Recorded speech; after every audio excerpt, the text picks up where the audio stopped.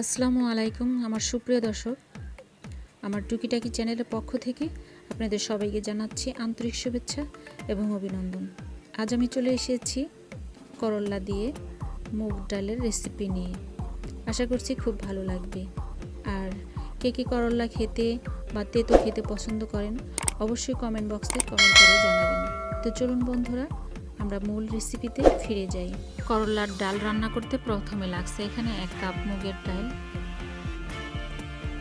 জিরা, পেঁয়াজ, কাঁচামরিচ, একটা রসুন আস্ত দিয়েছি আর একটা রসুন থেতো করে দিয়েছি, আর লাগছে 2টা শুকনো মরিচ, একটা তেজপাতা। তো প্রথমে আমি এই ডালটাকে ভেজে নেব। ডালটাকে আমি খুব ভালো মতো ভেজে নিয়েছি। এবার আমি ডালটাকে পরিষ্কার করে ধুয়ে নেব। তো এই ডালটাকে আমি খুব ভালো মতো পরিষ্কার করে ধুয়ে নিয়েছি। এবার আমি এর মধ্যে দিয়ে দেব 2 কাপ পরিমাণ পানি, লবণ আর হলুদ। এবার লবণ হলুদ দিয়ে আমি এটাকে সেদ্ধ বসিয়ে দেব।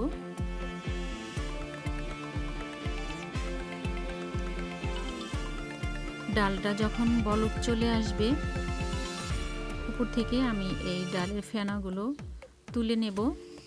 ডালের ফেনাগুলো তোলা হয়ে গেলে এবার ঢাকনা দিয়ে ঢেকে মিডিয়াম টু লোতে রেখে আমি সিদ্ধ বসিয়ে দেব।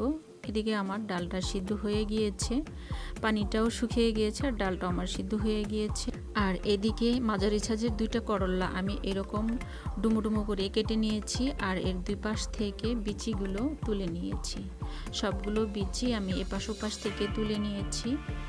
এবার আমি করলাগুলোকে খুব ভালো মতো পরিষ্কার করে ধুয়ে নেব।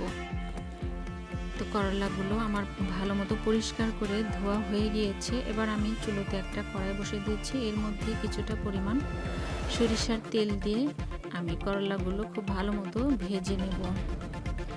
আর এর মধ্যে দিয়ে দেব সামান্য পরিমাণ হলুদ আর সামান্য পরিমাণ লবণ।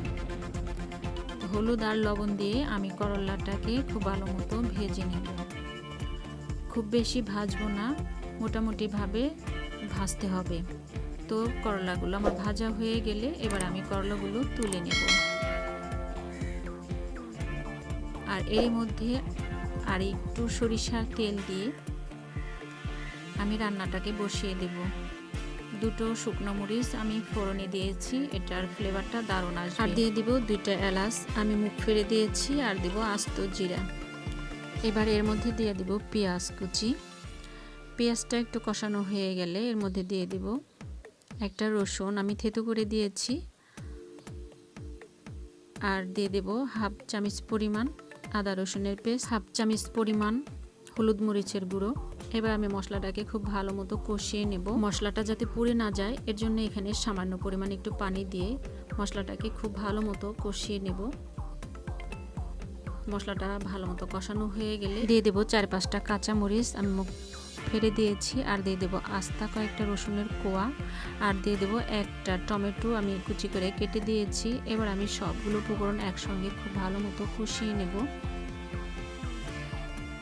এবার আমি সামান্য পরিমাণ লবণ দেব। লবণটা আমি বুঝিয়ে দেব, কারণ আমি সেদ্ধ ডালের মধ্যে আমি লবণ দিয়েছি। তো সবগুলো উপকরণ খুব ভালো মতো কষানো হয়ে গেলে এর মধ্যে দিয়ে দেব আমি সেদ্ধ করে রাখা ডাউলটা দিয়ে আমি উল্টে পাল্টে খুব ভালো মতো কষিয়ে দিয়ে দেব আমি 1 কাপ পরিমাণ পানি। তো আমি প্রায় 10 মিনিটের মতো এটাকে একটু জাল করে নেব। এরপরে দিয়ে দেব এর মধ্যে আমি ভেজে রাখা করলাটা দিয়ে আমি আরও 10 মিনিটের মতো রান্না করে নেব। তো প্রায় 10 মিনিটের মতো আমার রান্না করা হয়ে গিয়েছে। এবার আমি নামানোর আগে এর মধ্যে দিয়ে দেব ধনেপাতা দিয়ে আমি উল্টে পাল্টে দেব আর 1 মিনিটের মতো রান্না করে নেব। আপনারা চাইলে এর মধ্যে ধনেপাতা না দিয়ে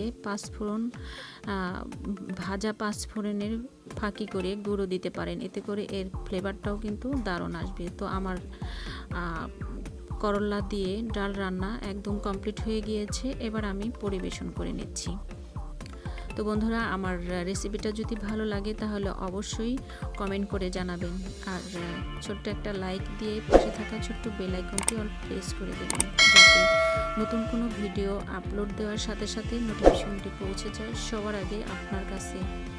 তো বন্ধুরা, আজ এ পর্যন্তই, আবার দেখা হবে নতুন কোনো ভিডিওর মাধ্যমে। সে পর্যন্ত আপনারা ভালো থাকবেন, সুস্থ থাকবেন, আর আমি বিদায় নিচ্ছি। আল্লাহ হাফেজ।